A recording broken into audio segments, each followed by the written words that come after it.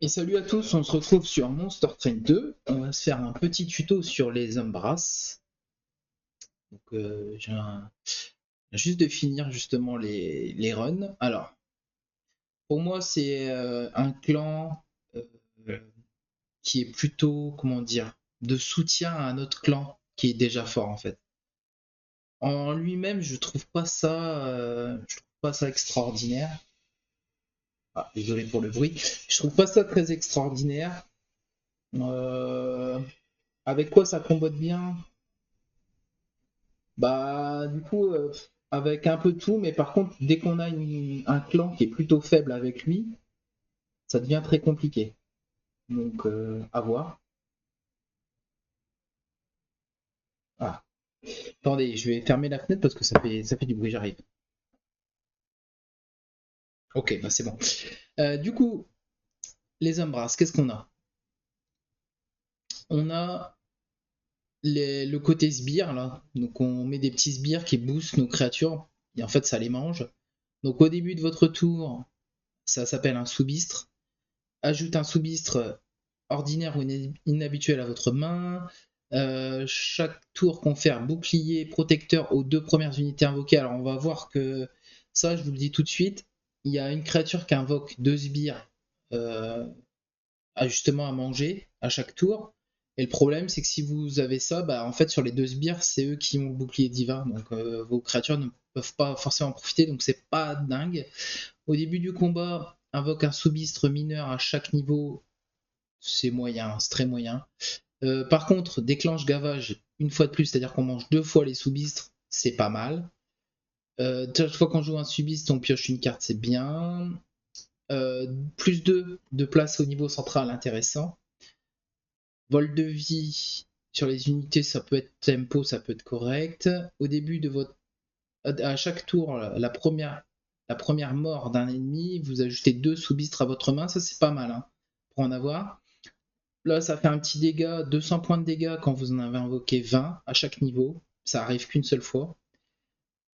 Inflige 5 points de dégâts à l'unité derrière une fois que c'est mangé, c'est pas incroyable, mais ça permet de tuer les petites créatures derrière. Et les sous-bistres entrent avec un bouclier protecteur. Ça, c'est bien par contre, parce que du coup, vous pouvez vous servir de vos sous-bistres pour tanker des fois, pour éviter de prendre trop de dégâts. Donc voilà, ça c'était les talents. Bon, je vous le dis tout de suite, la stratégie sous-bistre, il faut beaucoup de place sur le board. Euh, c'est bien pour booster les créatures comme ça, mais un plan de jeu global, je vais vous montrer après, mais vous n'avez pas tant que ça sur ce registre-là. On a donc le Pénambra qui permet justement à son invocation d'augmenter le comment dire la place sur les niveaux. Important, chose à savoir, avec les éphémériens, si vous pouvez le réinvoquer, vous gagnez plus de place. Avec les cornus, avec le petit diablotin, vous pouvez regagner aussi de la place avec le petit diablotin là qui fait spawn toutes les invocations, donc c'est intéressant. Après, il y a la partie piétinement. Alors, il faut avoir beaucoup de place sur le board parce qu'à la fin, en fait, il prend toute la place.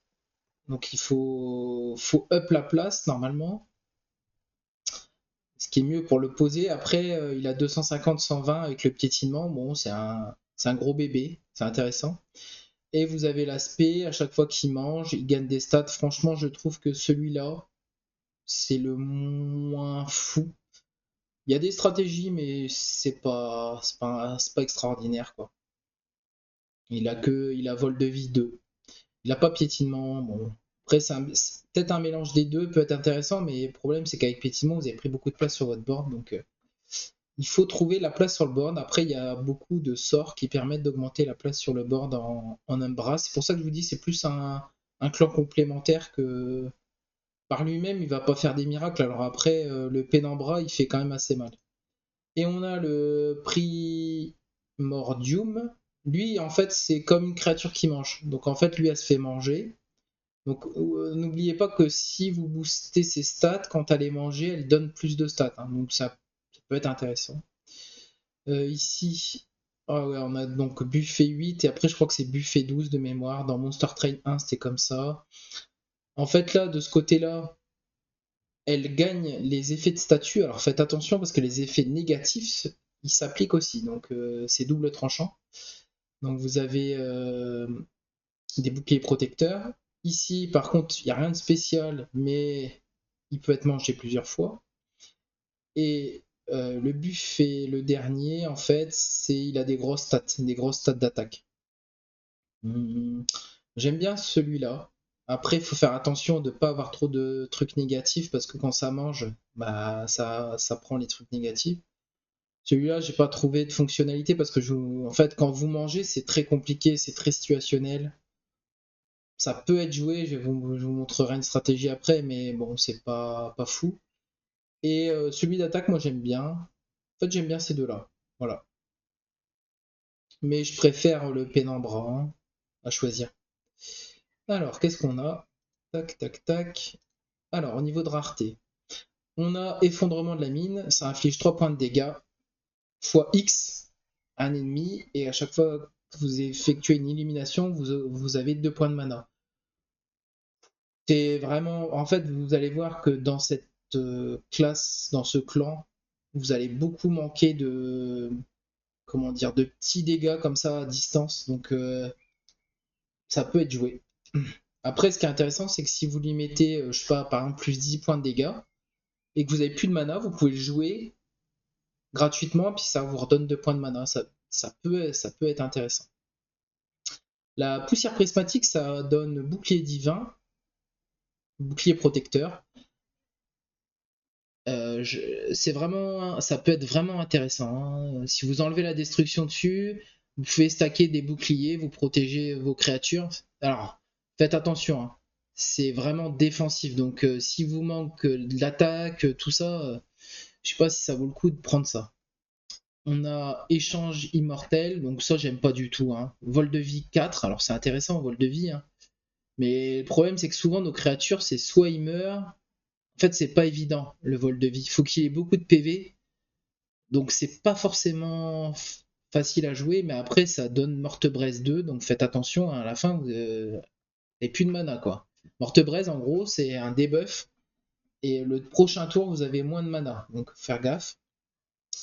Sous-bistre concentré ça peut être intéressant, surtout avec une créa je pense, qui joue justement les sous-bistres. Un plan de jeu, mais il n'y a pas beaucoup de créatures qu'ils en profitent. Alors après, vous pouvez en profiter tranquillement avec les créas, mais je veux dire, vraiment un plan de jeu qui tabasse, on n'a pas beaucoup. Péril de la production, ça c'est intéressant, hein, parce que vous pouvez jouer qu'avec ça, en disant je m'en fous du mana, vous mettez de la rage, plein de mortes braises, du coup vous allez être tout le temps négatif, mais si vous avez quelque chose pour le retourner dans votre main, pour le faire 2 fois, bah, vous pouvez gagner de la mana qu'avec ce genre de sort. Donc là, c'est un sous-bistre. Bon, j'ai passé le sous-bistre, mais voilà, le meilleur, c'est celui qui donne la vol de vie, qui donne bouclier divin. Bon, celui-là, ça donne de la mana, c'est un basique. Le prisme spatial, très intéressant. Ça donne plus 1 à votre niveau. Alors, faire gaffe de pas trop en mettre dans son deck parce que des fois, c'est pas très agréable de piocher tout le temps ça, mais ça peut être intéressant. Celui qui fait 5 points de dégâts, si vous faites une élimination, vous ajoutez 2 bistres inhabituels ou rares à votre main, intéressant. Celui-là, il donne que le sous-bistre mineur. Le sous-bistre mineur, c'est celui qui donne +9/+9. Sur Monster Train 1, de mémoire, je crois que c'était +8/+8. Ça va, c'est correct, c'est pas incroyable. Je préfère celui-là, même s'il est random. J'aime bien. Tintement, bon bah voilà, hein, c'est le truc par défaut. Alors sur Monster Train 1 aussi, je crois que c'était 1 point de dégâts, ils ont monté à 2.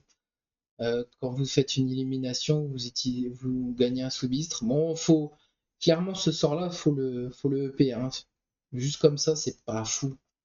Et enfin, le classique, il vous donne un sous-bistre ordinaire ou inhabituel dans votre main. Bon, ça permet d'avoir des sous-bistres. Voilà. Ça, c'était pour les ordinaires. Pour moi, la meilleure carte des ordinaires, je pense, c'est la poussière et le sous-bistre concentré. Franchement, après le prisme spatial, je pense. Et ne pas négliger Péril, hein, ça peut faire des petites combos intéressantes. On passe aux inhabituels. Alors, ça, extraction prismatique, j'aime pas du tout.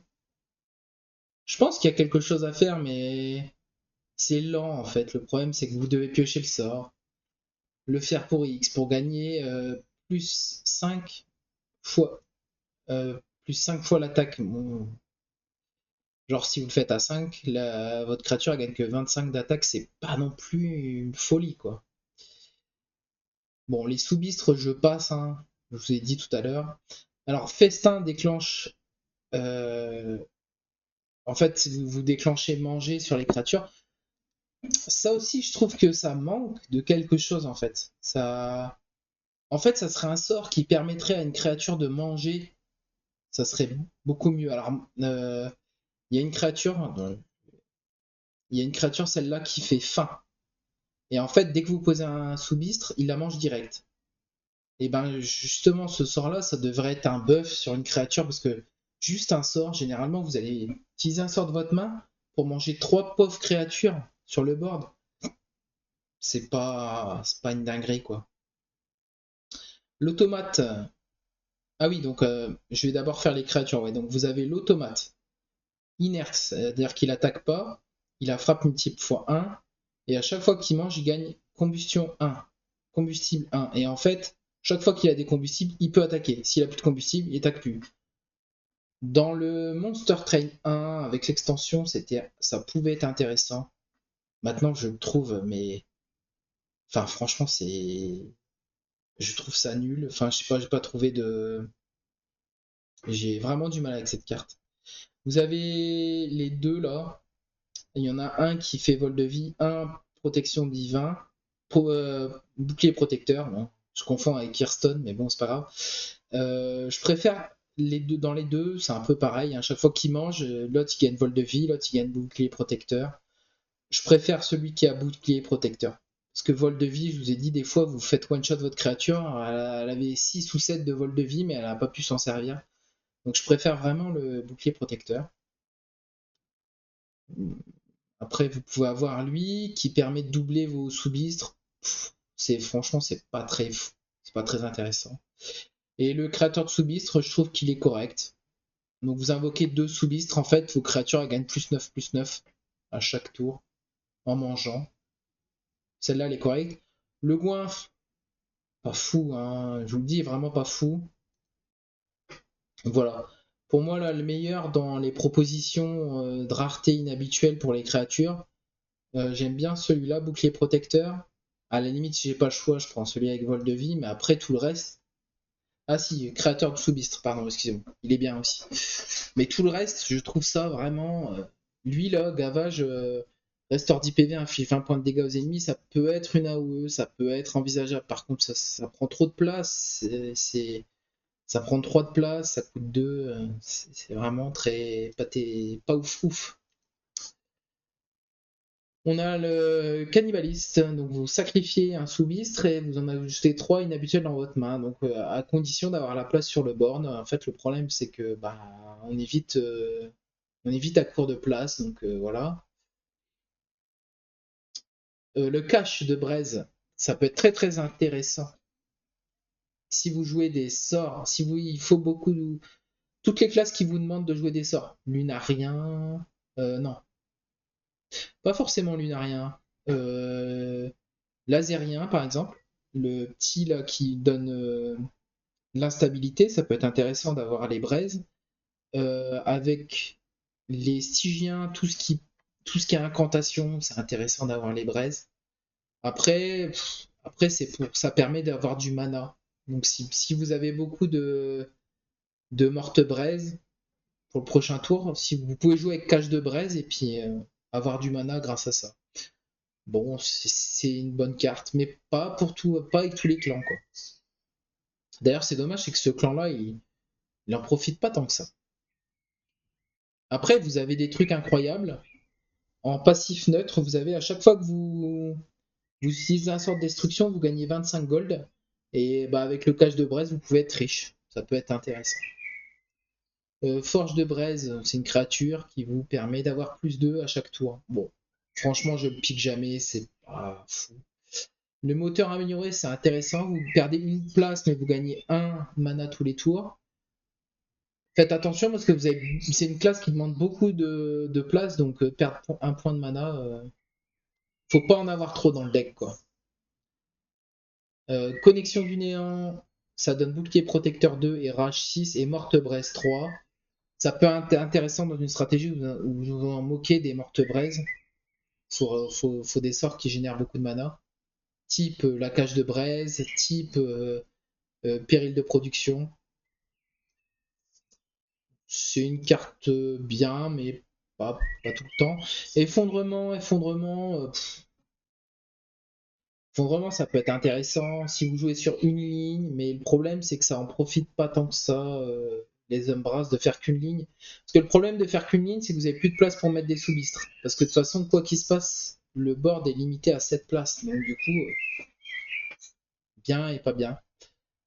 Extension du creuset, j'aime pas du tout, hein. Je préfère l'autre qui donne une place et qui est gratuit, parce que ça coûte 2 points de mana. Ça aurait dû valoir 1 point de mana, ce truc-là, largement. Servilité, j'aime bien, parce que c'est versatile. Ça donne un bouclier protecteur, et puis ça ajoute 2 sous-bistres. C'est une carte qui est correcte. Éruption exclavatrice, j'aime bien. J'aime bien parce que chaque fois que vous faites, ça fait 25 points de dégâts 3 fois. Et ça vous donne 2 points de mana à chaque élimination. J'aime bien, ça fait une petite AOE. Vous en avez pas tant que ça, hein, dans ce clan-là, donc n'hésitez pas à la pique quand il vous manque des sorts, parce que vous n'en avez pas 30 000 en Umbras, donc voilà. Et la mine de gemmes, c'est correct. C'est très cher. Ça peut être bien avec celui qui, justement, qui mange. Parce que 3 soubis, c'est beaucoup à chaque fois, mais après, le bouclier protecteur sur toute la ligne, c'est intéressant. Grosso modo, il n'y a pas de pic obligatoire. Ça dépend de ce que vous faites. Ça dépend vraiment votre clan, là. Le clan allié. Il n'y a pas de carte qui est. Il n'y a pas de carte broken ici. Y a pas... C'est correct. C'est juste correct, quoi. Moi, j'aime bien Éruption, hein, mais ça dépend de votre stratégie. Autant avec les autres clans, des fois je vous dis ah ouais ça c'est vraiment c'est insta-pick, c'est trop bien, c'est trop fort.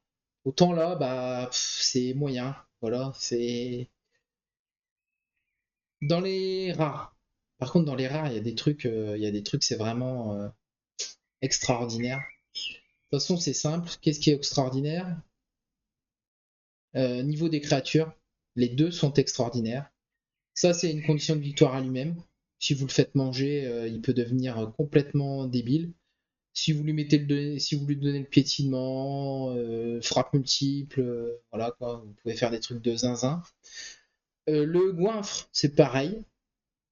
Alors le goinfre, faites attention, il faut avoir beaucoup de choses à manger.